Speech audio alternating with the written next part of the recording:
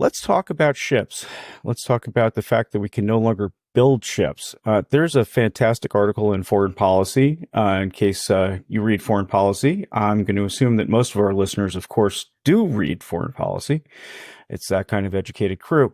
One of the authors of the article, Gil Barndollar, is joining us today and to tell us why it is that we just can't get it done anymore. So, Gil, would you just say hi and introduce yourself a little bit? Sure. I'm Gil Barndollar. I'm a senior fellow at Defense Priorities, a Washington, D.C. think tank, and a senior research fellow at the Catholic University of America. Came there basically from the Marine Corps, where I served as an infantry officer for 7 years. I never would have guessed you were a Marine other than the fact that you were sitting up so straight. It's almost embarrassing. You still have the affect for sure. You totally do. Yeah, I guess that sticks with you. Can you describe what is this poster that's behind you? I'm drawn to it somehow. Oh, sure. That's sorry, the lighting's kind of catching it. That's a World War I propaganda poster, I think from 1917. German bloody boots. Oh, wow.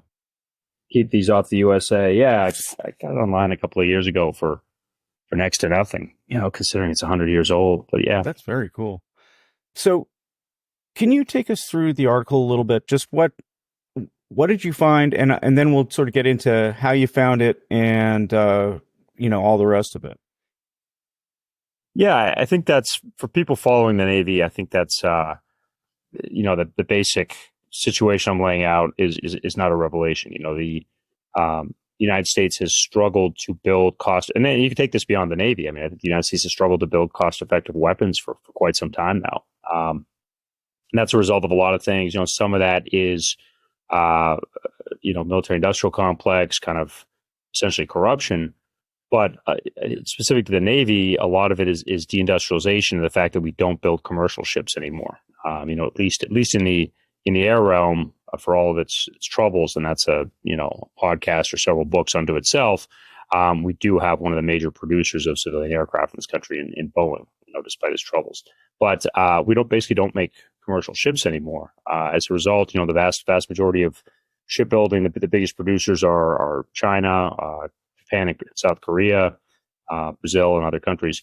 But as a result of not having a commercial shipbuilding industry, that leaves us with really limited industrial capacity, and as we say in the article, even more so, a lack of manpower, of industrial manpower and knowledge. It's more an issue. I think we say something in the article, the effect of it's more shortage of welders than widgets that is going to hamstring attempts to scale up a U.S. ship production.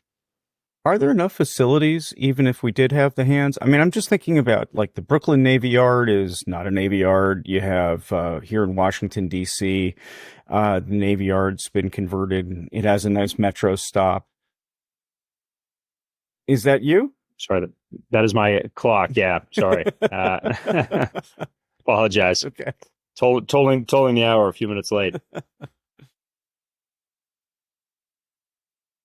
So I guess a lot of things, as you said, have been shut down, right? I mean, how would we even start up again at this point? Yeah, that's one of the things you try to highlight in the article, and is that's a generational project. I mean, getting U.S. shipbuilding back to what I would argue it should be for a great power and for a maritime nation, that's going to take decades. I mean, even if we were to do it at a real pace and make that a priority, which no administration has done to date.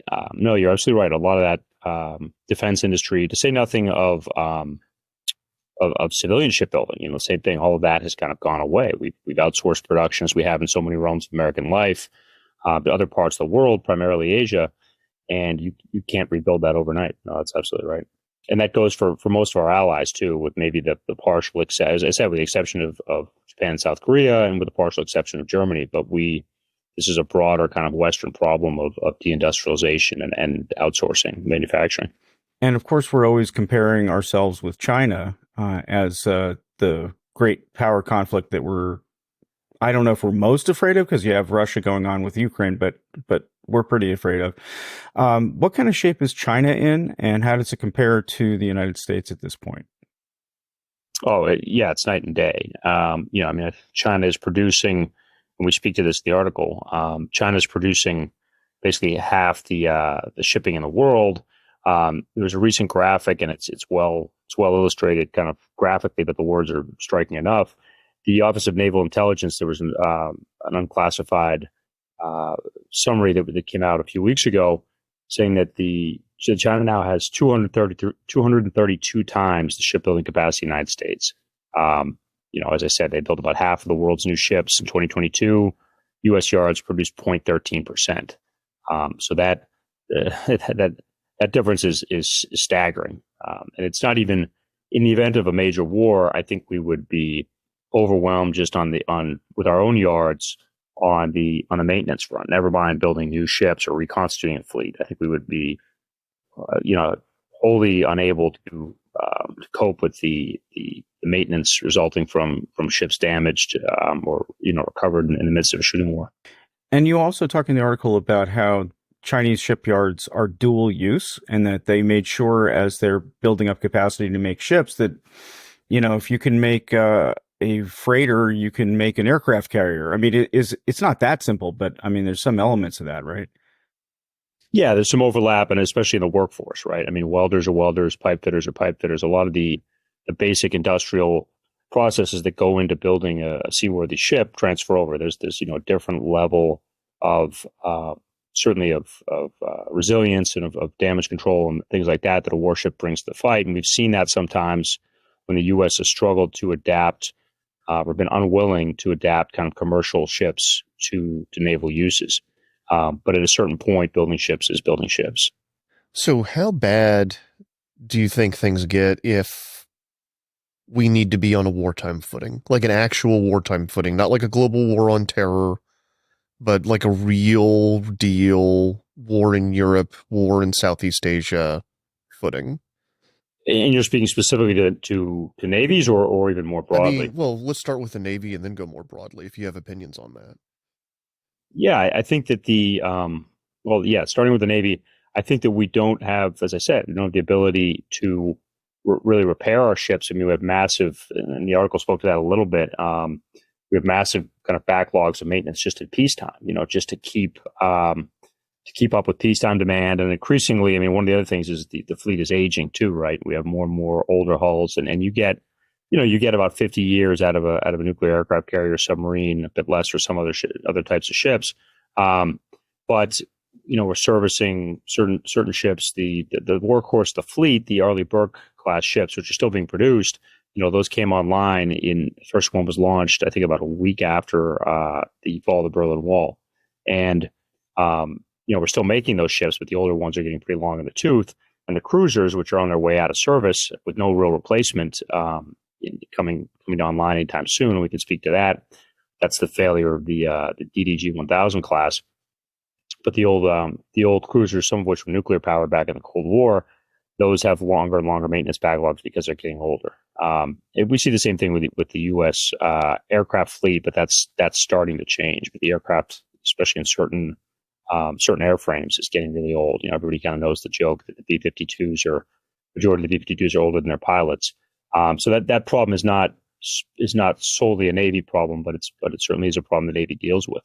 So yeah, we don't have the industrial capacity to cope with a major war. We would have to, and it's not, again, because the workforce is gone. We can't reconstitute these things overnight. There's a lot of, never mind the pure industrial capacity and the physical plant to generate ships. We don't have the corporate knowledge and the workforce to do that. So it really is a generational project to rebuild U.S. shipbuilding, and we're a war to break out, over Taiwan is the likely scenario that everybody points to. But were that to happen tomorrow, were that to happen 3-4 years from now, our resources would be grossly inadequate to deal with expected losses, and those numbers are out there in the public domain. War games can tell you what they want them to, and there's always the old saw about figuring out who paid for it, and then that kind of leads you to conclusions. But I think almost any responsible estimate is going to tell you that the U.S. would lose, at a minimum, tens of ships and thousands of sailors in any serious shooting war in the Pacific, as in the opening days. that's the thing. There are so many issues, actually. I mean, your article mostly deals with shipbuilding, but it glances on a bunch of other things, like the problem recruiting sailors and how the means that the sailors that we do have are stretched thin and thinner and thinner. Mission creep, or trying to keep the same missions as we had during the Cold War of being everywhere all at once. Um, how do you prioritize? How, I mean, and put that on. You're saying with the workers that civilian workers, they're taking jobs at McDonald's. You said rather than learning how to weld. You would think that learning how to weld would pay better than McDonald's. Sure. Yeah, no, a couple different pieces there, but I guess let's talk the global presence piece first. And I think that speaks to a myopia about what the Navy's for, what it brings to the table. And I think a lot of things in U.S. defense policy, and the Navy is certainly not the only offender. We picked up a lot of bad habits and a lot of kind of woolly thinking from 20, 30 years of peace, essentially. I mean, that post-Cold War peace dividend is a good thing, and we should welcome the fact that we were the world's sole superpower, and even hyperpower, as some people had it for a decade or so. But what crept in there, in addition to a certain amount of entirely rational and welcome disarmament, was a lot of strange thinking about what the military does. And again, this is not specific to us. Europeans are even worse in this regard in a lot of ways. But certainly the Navy was casting about for what to do with itself, in a world in which it had no real competitor, no real enemy. And then this, the Soviet Navy had aspirations to be a serious warfighting, blue water Navy. I think most people would say, with the signal exception of its submarine force, it didn't really get there. And then there was a long period of time before the Chinese Navy was much of anything beyond a coastal defense force. And there were warning signs. There were some moments where you could see where maybe things were going. We should have been more farsighted. That Taiwan, that Taiwan Straits crisis during the Clinton administration, when back then we could sail aircraft carriers through the Taiwan Strait with impunity, and that was something the Chinese were determined to change, right? And they've spent a couple of decades changing that. But anyway, long story short, as a result, we had that moment of unipolarity and hyperpower. Then the global war on terror starts, right? 9/11 happens, and all of a sudden we choose, and let's make no bones about it, we chose to fight two long-running kind of wars of occupation in the Middle East and Central Asia. And as a result, and I think the article didn't really, we didn't have the space to get into this, but what that did to the Navy in a host of ways, I think, was really, really deleterious. And on the shipbuilding side, the Navy experimented with things. The LCS, the littoral combat ship, is one of the bigger disasters in naval procurement, and that wasn't, that predates 9/11 as a concept, but it certainly gets some juice from the idea of having this close-in kind of street fighter, was the term of art, able to operate in littoral waters, able to combat kind of lesser threats, and to contribute to kind of operations ashore potentially. The LCS is in some ways a GWAT platform and ends up being a disaster, and we can go into that if desired. But the Navy, on a manpower side as well, also starts having to justify itself in two ways. One, it sends a lot of sailors to the GWAT theaters, to Iraq, to Afghanistan, to the Horn of Africa, and other places, generally as IAs, as individual augmentees. So they're chopped over more senior officers or kind of mid-career and senior officers on staffs, more junior sailors kind of helping out at a deck plate level, sometimes in the Marine Corps, but sometimes in a host of other ways. So a lot of sailors spend a lot of time getting kind of Middle East sand on their boots, not getting their boots wet, as it were. And so you have a generation plus of sailors who orient increasingly around CENTCOM, like U.S. Central Command, like the rest of the U.S. military. That's a problem. They lose time at sea and lose that kind of culture of being a Navy at sea. The flip side of that is the Navy, without a great power opponent, and without the kind of vision to see where China was going, the Navy increasingly orients itself around presence, around, as you said, all of these kind of lesser contingencies, or just showing global presence. And that's military loves metrics, right? That's an easy metric. You could say we had, X ships in African waters or Middle Eastern waters or in the Eastern Mediterranean or what have you. The Navy essentially is doing the same number of global presence missions it was doing as the fleet was starting to shrink post Cold War, with a fleet that's a battle fleet that's kind of less than half the size. So as you said, and as the article speaks to, that grinds down ships and it grinds down people. One of the reasons we have maintenance backlogs is a lot of these deployments, especially these longer deployments, and the carrier fleet is probably the most guilty or biggest example of that. You extend a deployment, the longer a ship is out to sea, the more time it needs when it gets back into port for maintenance. Nuclear overhauls, and I've done security for one of those towards the end of my time in the Marines. Those are a thing unto themselves, but just basic maintenance for both conventional and nuclear platforms. So a ship, you work it harder, you're gonna need to put it up to rest and refit longer. And the same goes in spades for crewmen. And the Navy has, I think, an increasingly, I would argue the Navy in some ways has a bigger manpower problem than any of the services. There's a lot of talk about recruiting crisis now, but the Army always deals with this episodically, right? Whenever there's a manpower crunch, the Army is going to be the ones to feel it. The Marine Corps is still making mission barely and has its kind of both its esprit and its image in the mind of the, you hate to say the consumer, but that's kind of what it is in the mind of the American people. And the Marine Corps prioritizes recruiting, and so they're barely making missions. Space Force is tiny; it doesn't really count.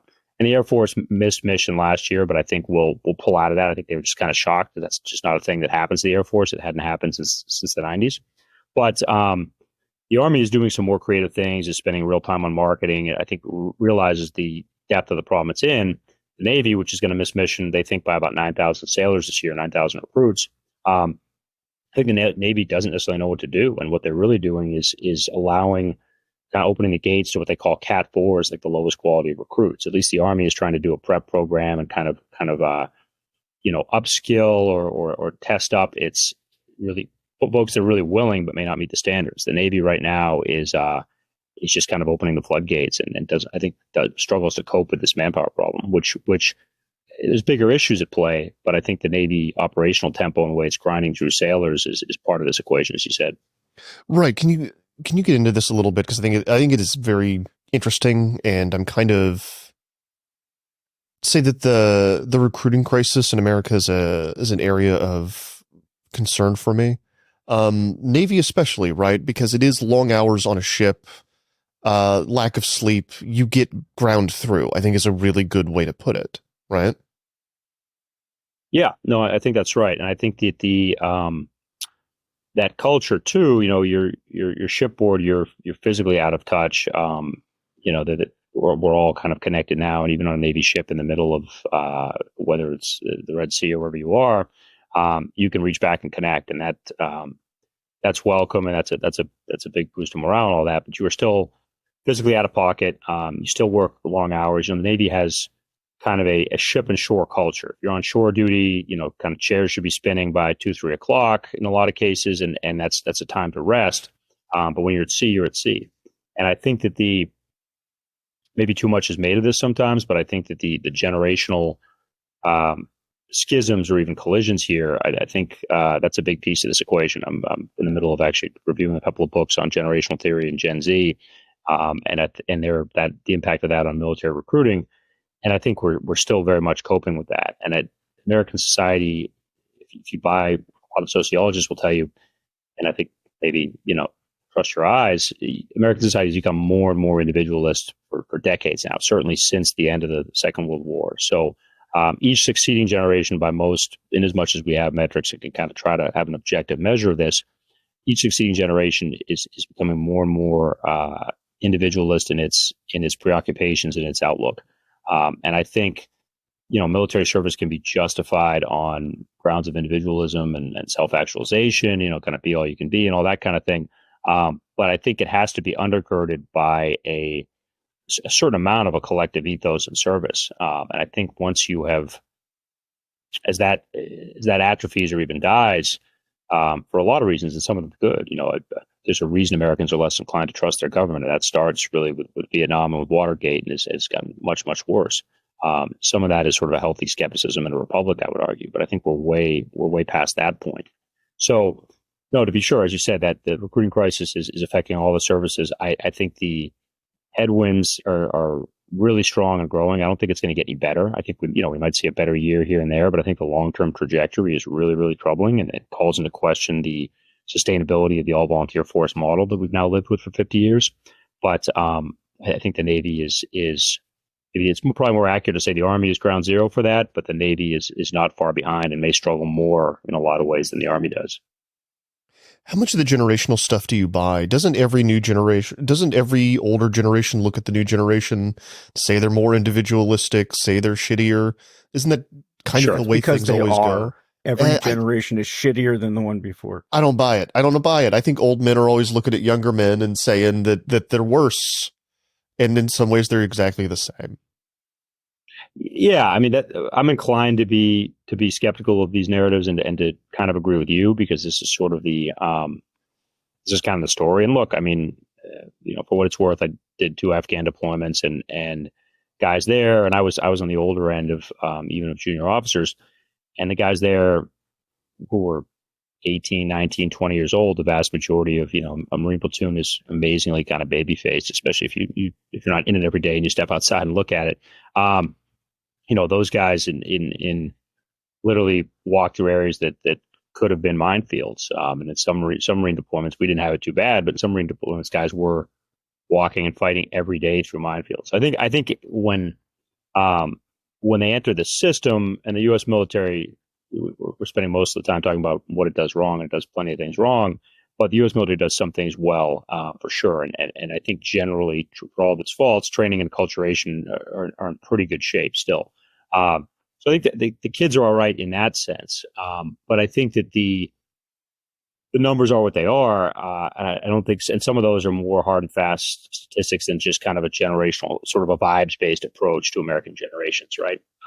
And I think that the physical and mental decline is very real. I mean, that is not an issue of kind of narratives of like the kids are worse and we had it harder and all that. I mean, there really is an epic, both the decline in physical standards as people just spend more time indoors, and COVID contributed to that on the margins for sure. But people spend more time indoors; they're less physically active. Some of that has real kind of permanent impact. If you are couch potato essentially for most of your life, and then you try to get in shape because you are motivated to join the U.S. military or induced to or whatever, you try to do that, your bone development, your muscular structure, all of that, it's hard to overcome 16 or 18 years of that in a hurry, and you can hurt yourself doing that. The mental health stuff is even more real, and I think more crippling. We there's no question. I think that whatever else we want to say about Generation Z, and a lot of it's pretty positive, maybe, or at least a mixed picture. But the mental health issues are off the charts, and whether that's because of smartphones and social media. I mean, I don't think anyone's sort of proved that yet, but that's kind of the going discussion. It's launched a lot of books and will launch many more, I'm sure. But for whatever basket of reasons, and technology, I suspect, is going to be high among them, we do have really serious, much more widespread mental health issues among Generation Z. And that, under current standards, we could talk about adjusting that, and that conversation is certainly going on at DoD right now. But under current standards, that really hamstrings military recruiting. Specifically because if you've been on certain like mind-altering chemicals, meaning like an SSRI, right, it precludes you from joining. Yeah, absolutely. And so SSRIs are part of it. Self-medication is part of it too, right? On the one hand, yeah, I'm aware that Generation Z in some ways is kind of a much more risk-averse generation. They're less likely to have sex. They're less likely to engage in interpersonal violence. They're less likely to drink heavily. All that is true, but we're faced at the same time with really widespread acceptance, legal acceptance of marijuana. Now, DoD hasn't done that. I'm kind of agnostic on that. I have no real brief one way or the other as far as American society goes, and probably in a lot of ways the broader war on drugs was self-defeating, doesn't make a lot of sense. But I think a lot of people will tell you that marijuana does have, below a certain age, and I think they posited roughly at 25, marijuana, especially really strong marijuana, can have serious effects on brain chemistry. And so that, I think, would be foolish to ignore that, to ignore the fact that that's going to impact the the mental health of our recruiting demos as well. So yeah, it's the mental health issue is a huge one going forward. And we've got another generation coming down the pike, that are now, the oldest ones are 10, 12 years old. I don't know if societally we decided to call them I've heard Generation Alpha is being posited. You get to Z and you got to turn back around, or the Polars is one sociologist is tossing that name out as kind of a cute play on both American polarization and the polar ice caps melting. She wanted iGen for the last one, and Gen Z is now pretty commonly accepted, so she might not win with polars. But whatever we end up calling them, all of these issues I think are going to be equal or more pronounced in this next generation to come, who are already 6 years from now. These are going to be the folks that are going to be in the younger end of the prime military recruiting demo. So that's going to be upon us very, very quickly. All right, you're depressing the hell out of me on this end. Let's get depressed about go back to talk a little bit more about the Navy. All right, Angry Planet listeners, we're going to pause there for a break. We'll be right back after this. All right, welcome back, Angry Planet listeners. One thing you were talking about is maintenance and huge backlogs. I don't know if people understand the carriers, for example. Carriers are the most glamorous, I guess, in some ways, right? They go out on a deployment and then they're out of service for a while, right? I mean, so how does that cycle work, and what does that mean in terms of these backlogs? Well, as I said earlier, part of it is there's routine maintenance, and then there's the nuclear overhaul takes carriers out for years at a time. I mean, I think the Lincoln was out for 4 years for her nuclear midlife nuclear refueling. And the nuclear Navy, I'll say this in the Navy's praise, the nuclear Navy has a great safety record. I mean, we have never had a serious nuclear incident with a ship or with a submarine or carrier, as I said earlier, when we had nuclear cruisers. That's something that we obviously don't want to compromise, but that takes certain kind of stringent procedures. And unlike the Russians who have sunk, I don't know how many, but have had several serious kind of losses of ships, and who knows how many minor incidents over the years of the Soviet Union and the Russian Federation. And the Chinese are kind of on the doorstep of this stuff, and they're dealing with some of these issues going forward. But the more routine maintenance, as I said, it's hamstrung by a limited defense industrial base. It's by a lack of enough workers, and by essentially 4 big military shipyards. And we choose one thing we hit in the piece. We choose to do all of this at home. There is now finally belatedly some recognition about how bad things are going. The current Navy Secretary, Carlos del Toro, has been making overtures and kind of signing agreements for potential maintenance in foreign yards. That would really be South Korea and Japan. I think that's entirely to the good. I mean, I think that we can't do it all ourselves, and I think that we have to start leaning on allies, and especially in a world where we are carrying most of the defense burden in terms of ships, in terms of weapons, in terms of size of force, and we are committing to defend treaty allies in the Pacific in the event of a shooting war in their neighborhood. I think leaning on them for maintenance is entirely to the good. So in the short term, I don't think we solve these problems in U.S. yards. I don't think we solve these problems in backlogs. I think that, again, reconstituting the U.S. shipbuilding base, or really the defense shipbuilding base to what it was, is going to take decades. So I think we have to lean on foreign resources and start getting creative. But there's a danger there, right? Like we're seeing the fallout right now. I mean, and have been for years, of graft and corruption around foreign support structures in the U.S. Navy, right? I'm Fat Leonard. Yeah, I mean, you're speaking to Fat Leonard, sure. And I think there's a new book out that's I was going to say Making Waves. It's a horrible pun, but there's a tension on that, and in some ways, I kind of lean both ways. On the one hand, the Navy kind of wrapped up everybody that was within spitting distance of the Pacific. If you supposedly went west of Pearl Harbor, Wake, you're under suspicion.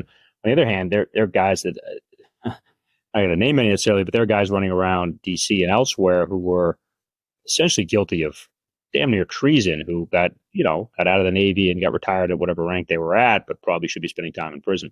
So yeah, there's some pieces there, but I think hopefully the Navy's learned its lesson, and I think that I wouldn't take Fat Leonard and that, which is a ship resupply issue and kind of restocking ships in port and his corruption there, as bad as that is, I would absolutely take that as an indictment of naval culture and something that needs a serious think. But I think that the industrial issues of using major forward yards and kind of shipbuilding maintenance, especially in Japan and South Korea, and I've spent maybe I think I've been to each country once. I'm by no means an expert, but and they have their own, I'm sure, kind of Byzantine, in some cases, family structured corporations and whatever. But those are generally, most people would phrase those as very, very honest, lack of a better word, Western countries with a strong rule of law. So that concern, in the face of the crisis we're dealing with, that would be low down my list of issues. Yeah, I mentioned it as just a warning, I guess, not as a reason not to do it at all. Yeah, but you also like saying Fat Leonard. I do. I mean, it's a great, like, the story is just so wild. I'm sorry. Yeah, no, I if I had the time, I would love to dive into the Whitlock book. I'm sure there's tons of, I'm sure the anecdotes, the stories he's come up with, digging into that at length are pretty unreal. I guess I wanted to say, just one last thing about the maintenance thing. You're going to think I'm just like single-minded, and I am. But, I think people, when you say maintenance, you're thinking about getting your oil changed, right? I mean, it takes 10 minutes and you're out. That's not what happens with a ship. I mean, anyone who's ever owned a boat knows that, this is a lot of work. It's a thorough thing. And so if just routine maintenance, do you have any idea like how long a ship is out of service? Well, I don't know average numbers, and part of that is because of these backlogs. Some of these averages are moving targets. I can tell you that, let's take attack submarines, which are I think most people tell you that's the most important piece of the warfighting Navy. There's another whole discussion to be had about the value of the aircraft carrier going forward and how much that platform is maybe a white elephant. And there's certainly, I think, growing broader recognition of that nationally. But I think most people tell you that U.S. dominance at sea increasingly rests on the submarine fleet. I think it was Zumwalt, or one of the CNOs, kind of late Cold War, at a hearing on the Hill, said that he was asked by the Senate in open session, how long aircraft carriers would last in a shooting war with the USSR, and this is in the early '80s, I think, around the time of the Falklands War, and he said, they'd all be sunk in 72 hours. I think there were supposedly audible gasps in the Senate at that conclusion, and that was 40 years ago, and when certainly the surface-to-surface missile threat was much less than it is. So, be that as it may, I think it was actually Rickover that said that, not Zumwalt. But be that as it may, the vulnerability of the aircraft carrier, even though it's the crown jewel of the fleet, I think some attack submarines are really where U.S. still has a huge edge, where we would fight and win a war at sea should it come to that.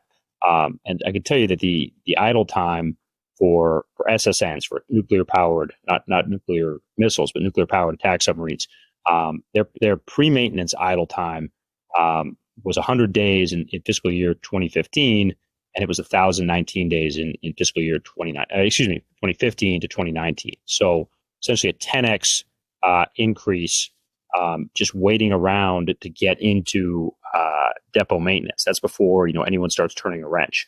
I haven't seen numbers since then. I highly doubt they've gotten appreciably better.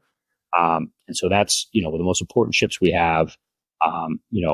About a third of which are at any given time are now either in maintenance or idle, waiting to go into maintenance. That's where we sit with the submarine fleet. And so maybe that's a reasonably helpful and telling statistic about what maintenance backlogs are doing to, availability of the most important fighting ships in the Navy. Okay, so that deserves an audible gasp. I could see that.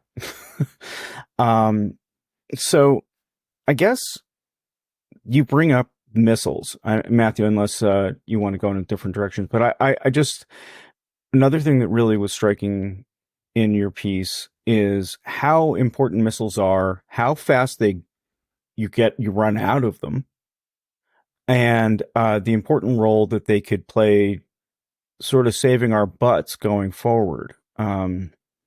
So can you talk a little bit about how missiles play into the Navy right now and what's changed over the last years? Yeah, I think we're firmly in the missile age, and missile age in some ways begins. You can go back, Nazi Germany was doing some even kind of at sea experiments with stuff. And obviously we had both cruise missiles and ballistic missiles, the V1 and V2 in that order in World War II. So the missile age is not new. But the missile age is kind of the be all and end all of war at sea.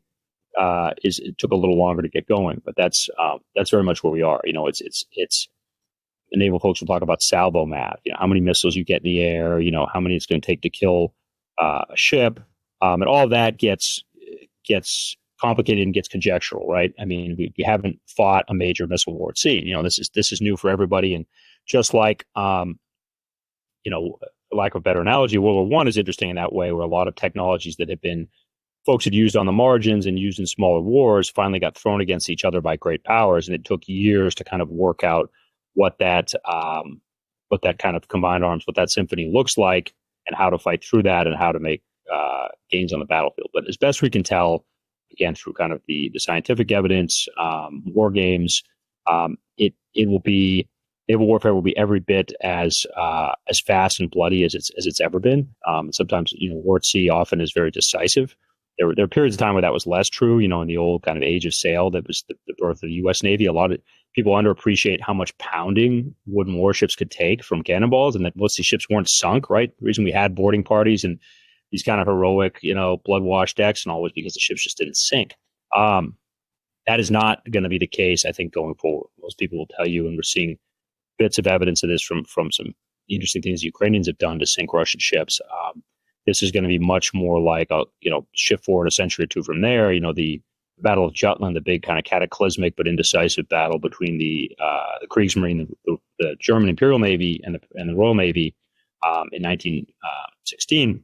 When Jutland happened, these ships were hit and split in half and sank to the bottom with battle cruisers and battleships, with the loss of almost everybody aboard. I think we're much more likely to see that kind of scenario in the Pacific, despite the effectiveness of Navy damage control and those kinds of things.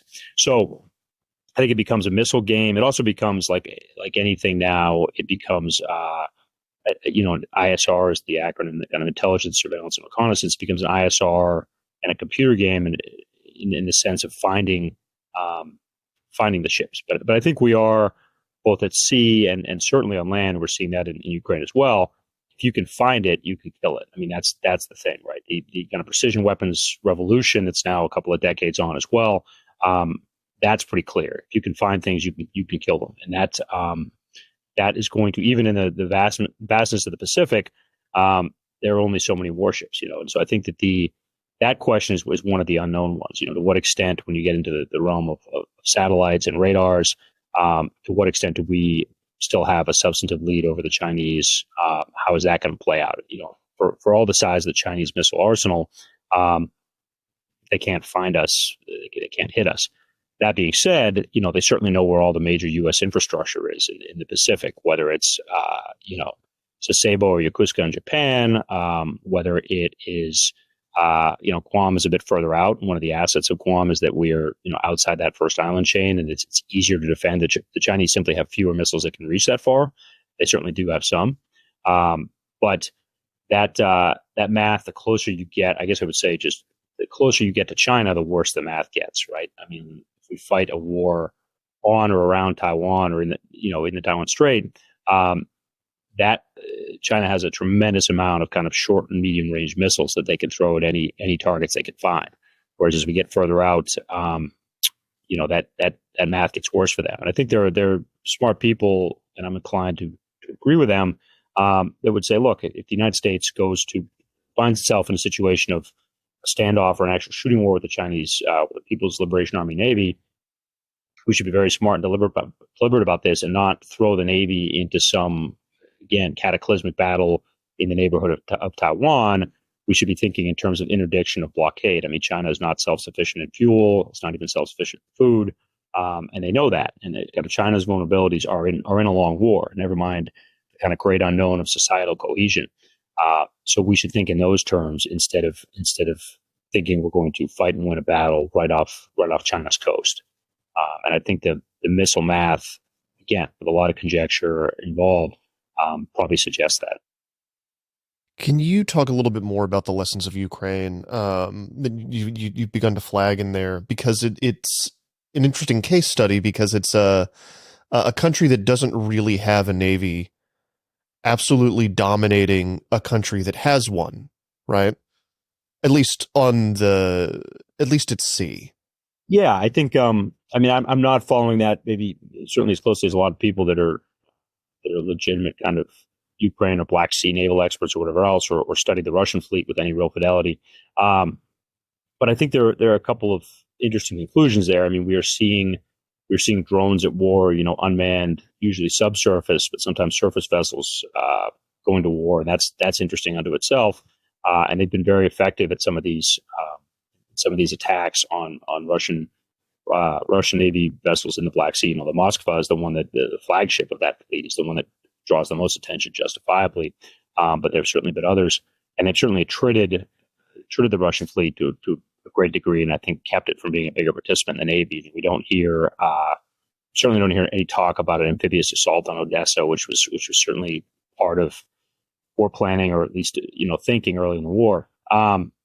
So they've kind of kept that Navy in port, I think, largely, and limited Russia's options there, and taken something off the table. But yeah, I think it's a realm for experimentation. I think I'm sure we are watching closely and kind of at their elbow. How much we've participated in and aided some of these strikes is unknown, but I'd be surprised if we're not, given what we know of the land war and kind of the surface-to-surface fires piece on the ground in Ukraine. I think I'm sure we're part of this equation, maybe in a really big way. But it also speaks to the reconstitution piece. I mean, Russia has some of the same problems that we have in terms of a lack of, even more pronounced, real lack of naval infrastructure. That's one of the reasons they wanted Crimea. But lack of naval infrastructure, lack of welders. People that study the Russian defense industrial base beyond just the issue of ships will tell you that the Russians have serious workforce shortages throughout their defense industrial base, and that may be masked by the current state of affairs in terms of the amount of munitions they're able to produce and the amount of weapons they're pulling out of stockpiles. But that's telling in and of itself. They're producing pretty minimal numbers of their most advanced land weapon designs, and pulling out older, essentially archaic land combat vehicles, infantry fighting vehicles and tanks and armored personnel carriers and reconnaissance vehicles. All of those are being pulled out of stockpile, thrown into the fight. So we're seeing that kind of reversion to more and more primitive weapons and a more primitive way of fighting. There's attrition of both manpower and materiel. And that happens on the naval front too. The one I would point to, and you could check, but I don't think I'm off base on this, the Admiral Kuznetsov, Russia's one kind of limited smoke spewing ski junk carrier there. The Kuznetsov, got some press a few years ago for supporting limited strike operations, sea to shore in Syria during the Russian intervention there. That being said, it was a lot of effort for very limited numbers of sorties. They lost at least one ship that kind of missed, one airplane that missed a ship and came in and crashed into the sea. And the Kuznetsov was kind of notorious for, as I said, just belching, black smoke its whole way through that deployment. The Kuznetsov limped into shore, went back in for refit, and the Russians had essentially a crane break. And these are massive. If you've ever been to a Navy shipyard, the size and that infrastructure. I know, having spent time at Newport News, there's a crane at Newport News, which is the second biggest crane in the Western Hemisphere. These are huge, not easily replaced pieces of machinery. Because that's what I think has been in port ever since that intervention, because of a lack of both physical infrastructure and a lack of the workforce to fix her. So I imagine she'll limp back out to sea at some point, probably not in this war, but that was kind of a one and done. So Russia, in some ways, we have both allies and adversaries that show us how bad things can get. And I think sort of Russia's naval travails, we're not anywhere near that shape. We are still the really arguably the only real blue power navy in the world. Blue water navy for all of our faults. But there's kind of a lesson in the decline of the Russian fleet over several decades, and we can look at a lot of NATO armies to see the kind of manpower piece and to see what happens when you struggle with manpower, when you lose force structure, and it becomes as we said, in terms of readiness and deployments, it becomes a kind of self-reinforcing cycle. So we can look to both partners and adversaries to see some worst case scenarios. And we're not there yet, but the trajectory in a lot of ways is really troubling. This conversation has gone so many ways that it's just terrific. I guess, for me, there are two other things stuck out. And Matthew, I think you wanted to ask something. But one, and I think they're related. Do we still need a Navy if everyone's going to just missile us to death? And I mean, other than the subs, which I understand are much harder to get at and have a super important role. And then you also had mentioned the idea of taking container ships and putting a bunch of missiles on them as a possible, not solution, but a help to in our current situation. Sorry, I know it's two questions. I'm bad about that. I ask multiple questions. Sure. Yeah. What do you think? Yeah. I'll take those in sequence. No, I think we absolutely need a Navy. I mean, I think we need probably a bigger Navy. I mean, this is a maritime, and there's kind of an interesting cultural argument there. But I think the United States is by geography and by grand strategy a naval power, even if maybe culturally we're not. There's a continental versus maritime power discussion. The United States is absolutely a continental power, but we closed that frontier over a century ago. We haven't had a meaningful land threat to this country, I would argue, since the 1850s. After the Mexican-American War, there was no meaningful threat on America's borders. We got little war scares with Canada right up to World War I, certainly, and that was once a real warpath up from New England and New York into Canada, but those days ended a long time ago. And we absolutely have border security issues, and those may become militarized issues, but that's not, contrary to some really nasty rhetoric, that's not an invasion. So we are strategically incredibly secure in our own hemisphere. In as much as we have threats, they are all going to be overseas, they are all going to be out of area, and you need a Navy both to kind of impact issues there and potentially to project power. So I think, and then there's a broader conversation about guarding, global shipping trade and kind of the global commons and all that. And I think in some ways, we're reaching the limits of that. And the Houthi was something we haven't really spoken to, the Houthi, counter-Houthi campaign in the Red Sea and what they're able to do to affect global shipping with missiles is, I think, very interesting. And there's probably more to follow on that. And I don't think the United States probably should or can carry the load of ensuring global commerce by sea single-handedly.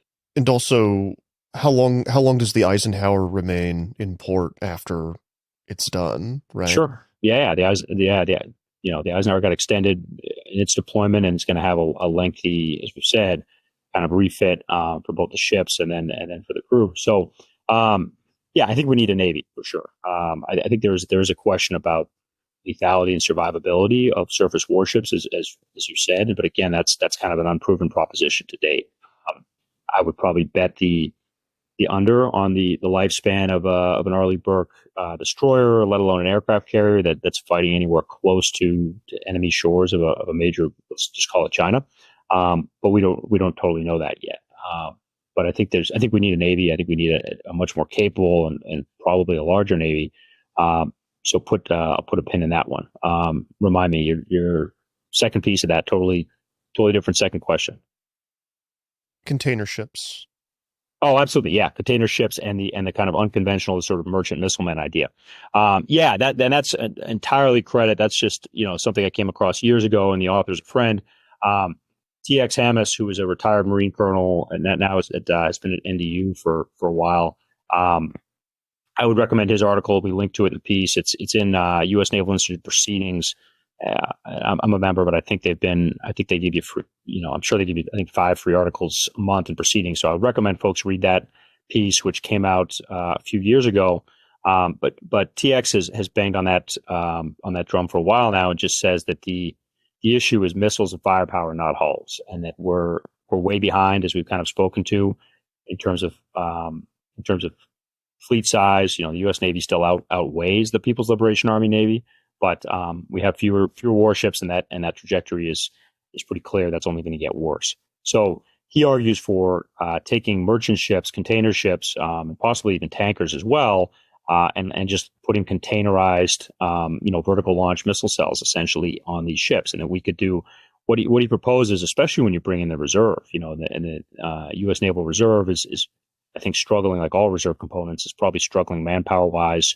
Far more than the active components are when we talk about the recruiting crisis and retention issues. So there's a tremendous amount of scope there for Naval Reserve crews who, combined with the merchant marine and with civilian mariners, to just, you take these ships out to sea. These guys can train essentially on their drill weekends with simulators. It's not that tricky a process in terms of learning how to launch missiles, launch VLS missiles.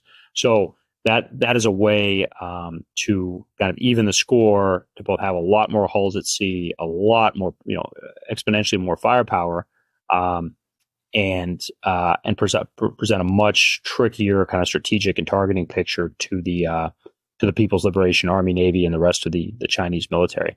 So I recommend TX's piece. He kind of wrote the book on that, and he has been pushing that. The Navy to date has not been tremendously sympathetic to that argument and wants to build more warships, despite the inability to do so at any kind of scale or pace. And I think the one piece we hit on in our piece that's particularly troubling, that came out just a few weeks ago, that even the simple stuff we've gotten tremendously bad at doing. The Constellation was this frigate design that was supposed to be a very simple, cheap, almost off the shelf. We bought a European kind of conglomerates design, the Finmeccanicus design, and even that is delayed by 3 years, even though it was supposed to be 85% commonality, and we were buying something off the shelf and only making minor adjustments. We just couldn't do that. So, long story short, I think TX's idea of merchant missile men, or even beyond that, kind of arsenal ships, which should be an even bigger piece, deserves serious study and deserves to be engaged with. And even we spoke earlier about the lethality of war at sea. He makes the point too that these are enormous ships, right? Anyone that's seen a container ship or a tanker, these are huge ships with limited crew. He says, look, one of the things you can do, one of the assets of these huge ships, is they're actually, if you're smart about it, pretty hard to sink. You can add all kinds of foam inside the hull. If they don't take a hit below the waterline, a lot of this stuff you could seal up, and you're basically just shooting into kind of buffered space. So these ships are actually potentially, despite not meeting anywhere near kind of naval construction or damage control standards, they're potentially surprisingly survivable in a shooting war. So there's some other assets to taking this unconventional approach and essentially, weaponizing civilian platforms. And I don't think TX really hits on this, but it kind of suggests itself. This comes back to kind of the dawn of American sea power, right? We had a lot more privateers and weaponized civilian ships long before we had a meaningful Navy. So there's a kind of interesting historical circularity to that. But I think it's an interesting idea and deserves to be taken on. Issuing letters of marque to civilian container ships and sure sending them out there, letting them shoot and absorb missiles. Yeah. Matthew, do you have anything else? This is maybe... Yeah, I'll ask it. What is nuclear modernization doing to America's defense budget? Oh, yeah. I mean, it's crushing it. I mean, I think that the modernizing the triad, and I'm not a nukes guy, but the top line math is pretty clear, right? I think that I think there are a lot of people, a lot of very hawkish folks, especially in DC, but sometimes outside it, who will just say, look, okay, we have a great power competitor. We have to just increase the defense budget dramatically. That's not happening. And by the time it happens, it's probably going to be too late. And I think that there are a lot of reasons. There are a ton of, just as I said with recruiting, there are a ton of societal headwinds that prevent that. And there's no enthusiasm among actual politicians or among the American people to spend more on defense, nor arguably should there be. I mean, our country is incredibly geographically secure, as I said, for all the problems we have. You'd probably, big picture, kind of societally, economically, geopolitically, you'd much rather have the hand we have than that of any other country or any other major country. So I don't think there's a compelling case to increase the defense budget dramatically. But that being said, the squeeze coming in from nuclear modernization is huge. And I think that the I mean, it may still be time to kind of change that, but it seems pretty clear that what the decision making is. If we're gonna modernize all three pieces, we've got the B-21 bombers coming online, providing that piece of the equation. The second leg of the stool, the SSBNs and the submarine launched, ballistic missiles. That I think everyone would tell you that's the most important piece to try, the most survivable and the most not necessarily the most responsive, but the most survivable second strike capability. So that's a given. There's a very real question to be asked about the ground, the ICBMs, the ground launched missile silos. That gives you a slightly faster response time, I guess. I mean, but what it soaks up adversary missiles for the most part. I think we probably should, again, not really my field, but I think we probably should get rid of that. If you're going to make meaningful savings and reallocation of money in the defense budget, in any kind of timeline, I can only think of two things that make any kind of sense that you could do. And one of those is to trim the triad down to a biad, basically to otherwise change what the math is on modernization of the nuclear triad. I think it's pretty clear which way you go on that. Or you could, and this would be an even harder sell and would probably have far bigger strategic impacts. You could cut the U.S. Army down dramatically and put most of it in the Guard and Reserves. I mean, I would argue the case for a large active duty U.S. Army, and I say this as currently a serving guardsman, but so I guess I'm biased on both sides and as a former Marine. But you could cut the U.S. Army down dramatically and accept that, hey, if we're going to fight a major war, we're going to need it anyway. We're going to need time to mobilize, to stand up and train reserve formations, and we have tremendous geographic security. And the extent to which, I would just close by saying, the extent to which we ignore our biggest advantage far and away is the geographic security of the United States, that we have, a couple thousand miles between us and any potential foe. And we have the time, to be kind of deliberate in our decision making and not, react hysterically to every little thing that happens overseas. And B, to kind of pick and choose when we intervene, how we intervene. And we squander that by dint of how we've structured our forces and how we react as a nation to all kinds of issues overseas. So, yeah, to come back to your question, I think the nuclear triad modernization is gonna crush the defense budget. It's going to crush the individual services because it's basically structured that's coming out of Hyde. The Navy always makes the case that, hey, the SSBN force is a strategic asset. That's not really a naval asset. That's something should be off our books. We're giving that to the nation as a hedge against nuclear war. That's what that's for. That's not how the math works.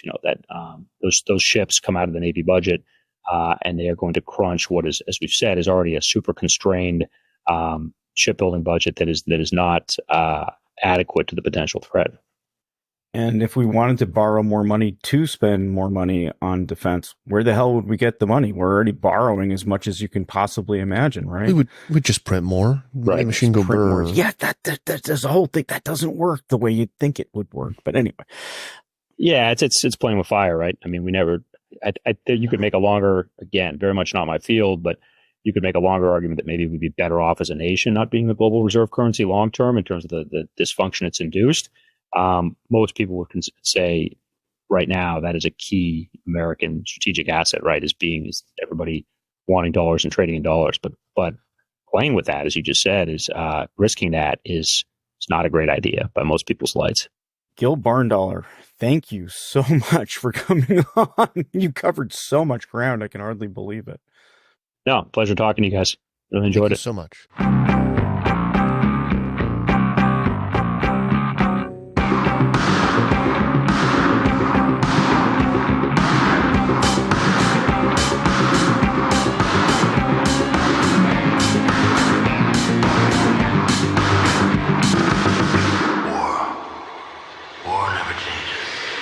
All right, y'all, that's it for this episode of Angry Planet. As always, Angry Planet is me, Matthew Galt, Jason Fields, and Kevin Odell. It was created by myself and Jason Fields. If you like us, if you want to hear this episode commercial-free and you want some bonus episodes, go to angryplanetpod.com. $9 a month gets you instant commercial-free access, gets you onto a Discord server where we're talking about the Folda Gap all the time, and gets you, commercial-free versions and bonus episodes. There's a lot of great bonuses out and more coming out. We just recently talked to Aurum Shabanian, who's an open source analyst, about the possibility of World War III this summer.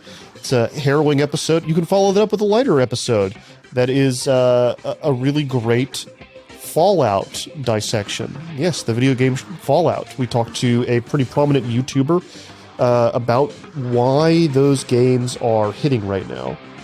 So again, angryplanetpod.com. Sign up, $9 a month, extra stuff. We will be back again later this week with another conversation about conflict on an Angry Planet. Stay safe until then.